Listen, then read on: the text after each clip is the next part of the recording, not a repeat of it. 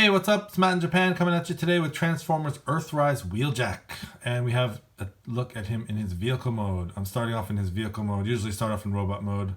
But today I thought I already had him in his vehicle mode. And I want to do some comparisons with the G1 and another figure. So before we get into that, just show off the insert he comes with.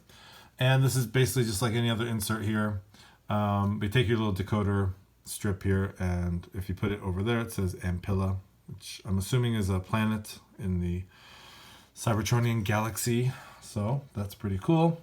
I really like that kind of gimmick that it comes with. Alludes to the G1 era on the back of the packaging where you had that same gimmick. So taking a look at Wheeljack. Yeah, this guy is really cool, really fun to transform. Very nice attention to detail. Just taking a look at him. You get the red and green racing stripes there. Aerobolt. Okay, so there is some Japanese writing here, and I know because I can read Japanese, I will tell you what it says.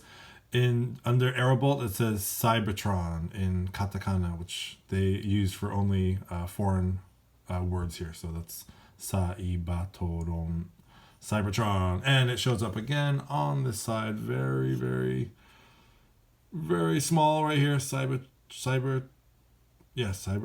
It's kind of cut off there a little bit, but anyways, it has all the sponsors: Aerobolt, Praxis. You're looking really close. V Motors. It has some really, really small details here. Modulator, modular Invenzione. And it does say Wheeljack there, 638. So yeah, very nice attention to detail. Get some nice red painted rims there. You get a sort of translucent, sort of smoky translucent windscreen here. And this part, his little missile cannon thing does plug in on the top, and you get the nice Autobot logo there. And yeah, what else? Yeah, he's very low to the ground, which is very nice. Very compact.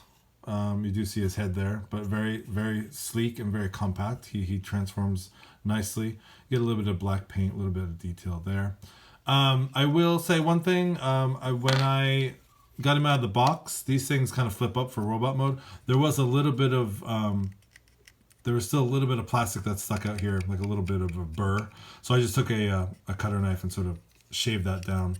Otherwise, there would be, they didn't really line up well, these two pieces. But now they're pretty flush.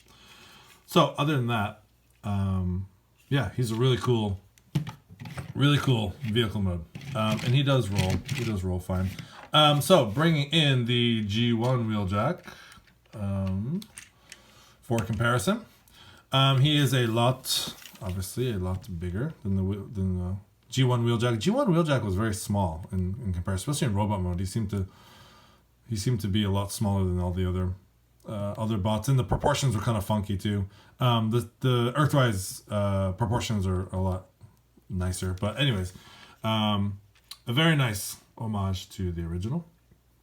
You do see a lot of that similar detail there, even though there's not as many sponsors and the number is different, and it looks like the sponsors are different. Alitala, I don't know how to pronounce that.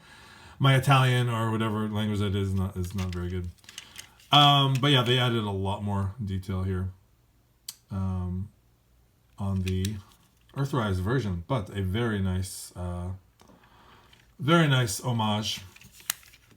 And we will get into the comparison in robot mode too. One more thing I want to just compare him to is this is one of those Cyberverse one-step Wheeljack Transformers. So I just want to kind of compare him with him, and this is kind of how they fare. This is actually not a bad little figure for a one-step changer. He's actually pretty fun. I think I brought him in a couple other videos too, but just wanted to kind of compare them. You can't really tell so much in vehicle mode. I did paint this with some silver paints there, so kind of just make it a little bit stand out a little bit more. Anyways, so one thing, yeah, as far as vehicle mode, you can plug that in on the top and have him holding his cannon. Other than that, as far as any other gimmicks or tricks or articulation in vehicle mode, that is about it. So we will take a quick pause and get him into his robot mode. Okay, so here we have Wheeljack in his robot mode. Let's take a look at him up close. First of all, let's take a look at the head sculpt. This head sculpt is really nice. I really like this sort of exaggerated prongs on his head there. Some molds they don't really exaggerate that so much, but it seems really exaggerated. Very G1 in its look. If you get in really close, I don't know if it's showing up.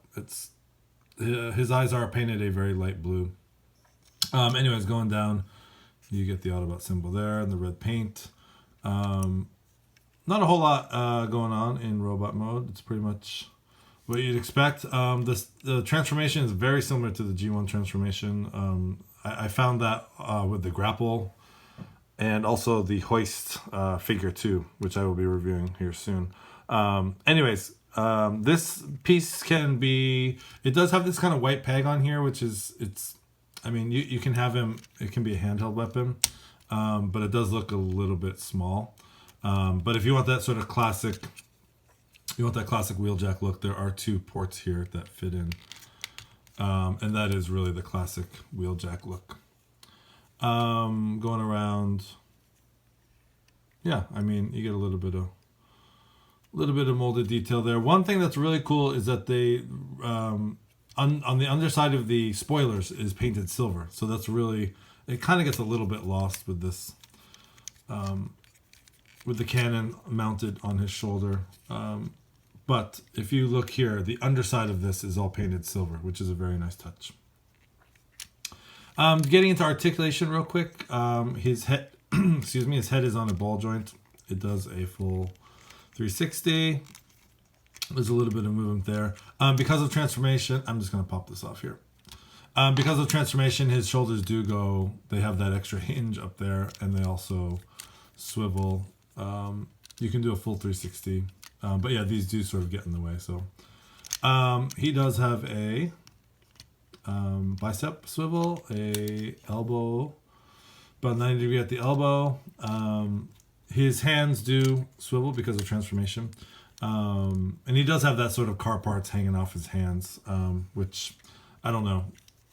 I guess I don't know. When I first saw this figure, I was kind of like, I don't know how that looks, but it's actually not too bad. He does have a waist swivel, and he does have a thigh swivel. His legs kick out. You can do all that stuff. And a knee bend there. And as all these figures have huge, whoa, not that huge, a huge ankle tilt. Yeah, they have ankle tilt. Just be careful. That will pop off. Hold on. How did that pop off here? Oh, I see. Okay. So this part here is just on a little friction hinge here. So yeah, just be careful. Okay, and that snaps right back on. But a lot of articulation in the feet. One thing also to be careful of is when you're transforming this guy. There are the windshield. This part, the smoky gray part, is a little. There's kind of 2 parts to it. There's this part, and there's also a part that when you're coming back into robot mode. When you're going back into vehicle mode, these little pieces here, they flip up. They're on this little. Okay, that's exactly what I was talking about. They're on these little pins here, and so when you're going into robot mode, they have to be. Hold on. They just snap. They snap right on here. Maybe am I doing it wrong? Hold on. Technical difficulties here. I think maybe I do have it on wrong here. Wait a minute. Okay. So anyways, they do tend to pop off. I'm sorry about that. They do tend to pop off here. That one thing to be careful. Almost every time I transform it pops off. So it does have to. They do have to. No, maybe I did do that backwards. Okay, I did do it backwards and upside down. So when you're transforming it, these have to be, let me pull it out here. These have to be, go up like this to make the front part of the windshield. But when you transform into robot mode, they have to go down and they actually fit inside the leg like that. But they do tend to pop off very easily. That's my only complaint about this figure. Those things pop off way too easily. Not sure how that could have been remedied, but anyways, minor complaint for this figure. This guy is really awesome. That's a very minor complaint, and I apologize for that. Anyways, so let's put his gun back on, or his cannon on his shoulder. Let's do some comparisons in robot mode. Get him all situated. I will compare him to this guy first because he does have the shoulder mount on his right